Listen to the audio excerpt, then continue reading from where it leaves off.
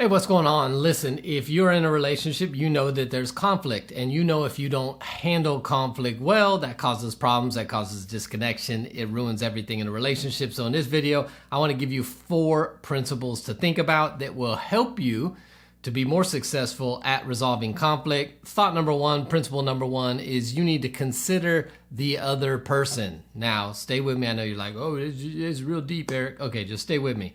Listen. If you are willing to consider the other person's well-being, you're going to have a lot easier time resolving conflict. Our tendency in conflict is we are focused on our own well-being. We are focused on our own outcome. And if you're focused there, I promise you, it will prevent you from actually resolving the conflict. Like attachment theory research has shown that not considering the other person's well-being actually negatively affects our own emotions, our own satisfaction level. At the end of the day, if you are unwilling to consider the other person, you're not going to have a great relationship. So we've got to be willing to consider the other person in the midst of conflict. And too many times we look at conflict as a either I win or you win proposition. Like there's no in between. We have a conflict. We're on opposite sides. Either you're going to win or I'm going to win. And I'm saying if you'll be willing to consider the other person, if the other person is willing to consider you, it turns into win-wins across the board because I'm willing to consider the other person, their well-being, their perspective in the midst of our conflict. Let me give you an example. Let's say one of you doesn't like to travel much, likes to stay at home, certainly does not like the outdoors and camping. The other one gets re-energized by that, loves that. Prime opportunity for conflict. One of you wants to go camping, wants to get away. The other one's like, let's just stay home. And you can have all kinds of sub-arguments. Well, it costs money to go and da-da-da. But really, at the end of the day, what it is you want one thing, they want the other thing. And you have all these side arguments. So if you want to consider the other person, the person who may not like to travel as much or camp or whatever it was, when they see that their partner is getting fidgety, is needing to get out and go because that's part of what energizes them, relieves anxiety, you say, I consider the other person's well-being, so hey, why don't we go on a trip? Why don't we go camping? At the same time, the person who likes to be out can also look at the person who would rather be home, and when they see them getting to a place of, you know what, I think they hit their limit, I think we've been traveling too much, or I think this camping trip has gone long enough, but I want to consider their well-being. I say, you know what, we need to go spend some time at home. And maybe as they refuel at home, if the person who needs to get out needs some more outness, schedule some day trips, schedule some trips with friends.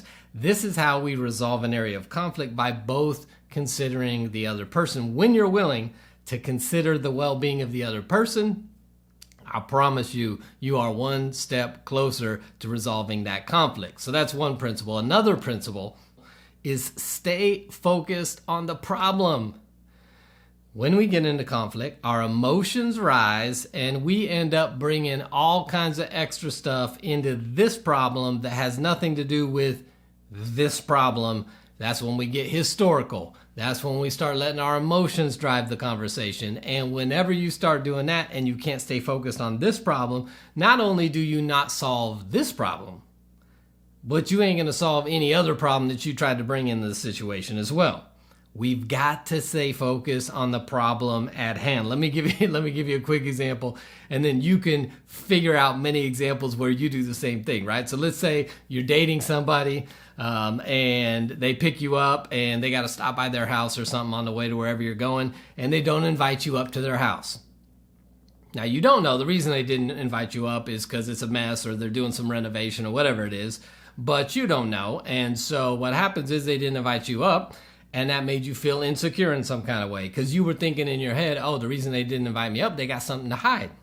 Yeah, I'll probably find someone else's toothbrush. I'll find someone else's clothes in the closet, or I'll find something, right? And so then you get quiet and upset the rest of the night.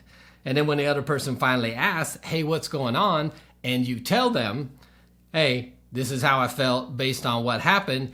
Listen, the problem is you felt insecure because they didn't invite you up and made some assumptions. That is the problem. What happens now that you share that with the other person, now what do? Oh man, I can't believe you don't even trust me. If you think I'm like that, you really don't know me. And if you don't know me, I don't think we can kind of have any kind of relationship. And I can't believe that you would doubt me like that, right? And so guess what? We already sidetracked from the problem.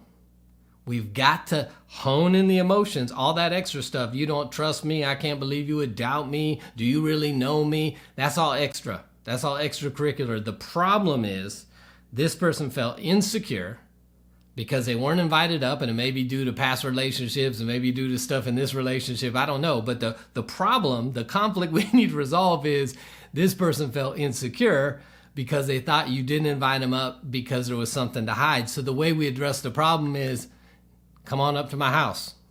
Done. We are done with the situation.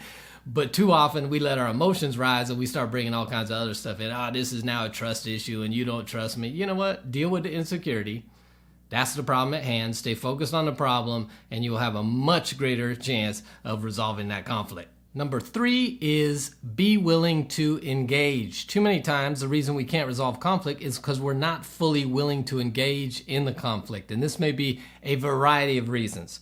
One of you may just be conflict avoidant, or maybe one of you, when we get in the midst of conflict, we don't handle our emotions well, and so conflicts feel like they almost always turn into something bigger, and so I'm like, it's not even worth engaging in a conflict with you because it's going to go sideways and it's going to be much worse than the conflict itself, so I'd rather just ignore it.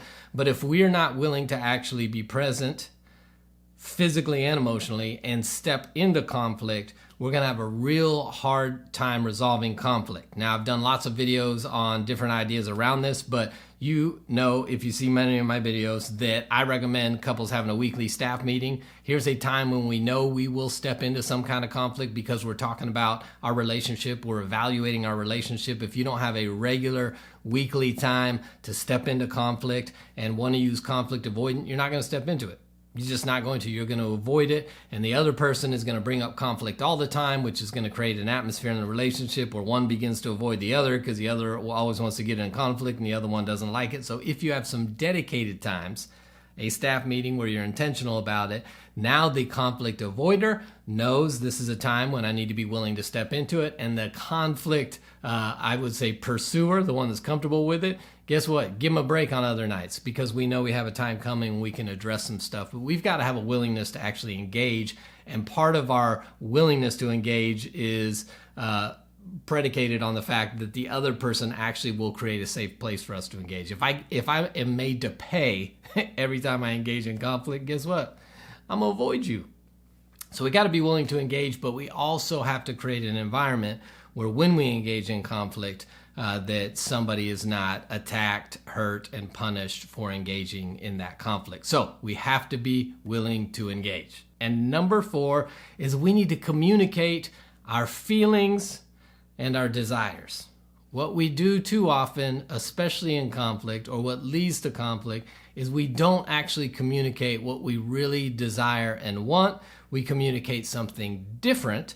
And then when the person doesn't respond the way that we desire, now they're met with all our protest behaviors. And I did a whole video on protest behaviors. You can check that out. But we respond with negative things, negative feelings.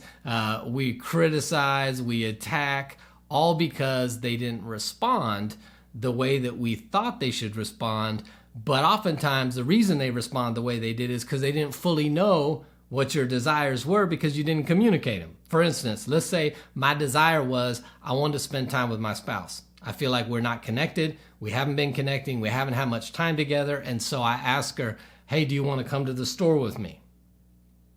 She don't feel like going to the store. And there's no point in both of us going to the store because you can pick up what we need. So why would I go with you? So her response is no. No thanks. I don't want to go. To which I now am frustrated. And now I'm like, you're selfish. You don't ever want to do anything for me. I start recounting all the things I do for her. The times when she asks and I go and all this other stuff. And they're like, what happened here? Well, what happened was I didn't communicate that the reason I invited you was because I wanted to connect.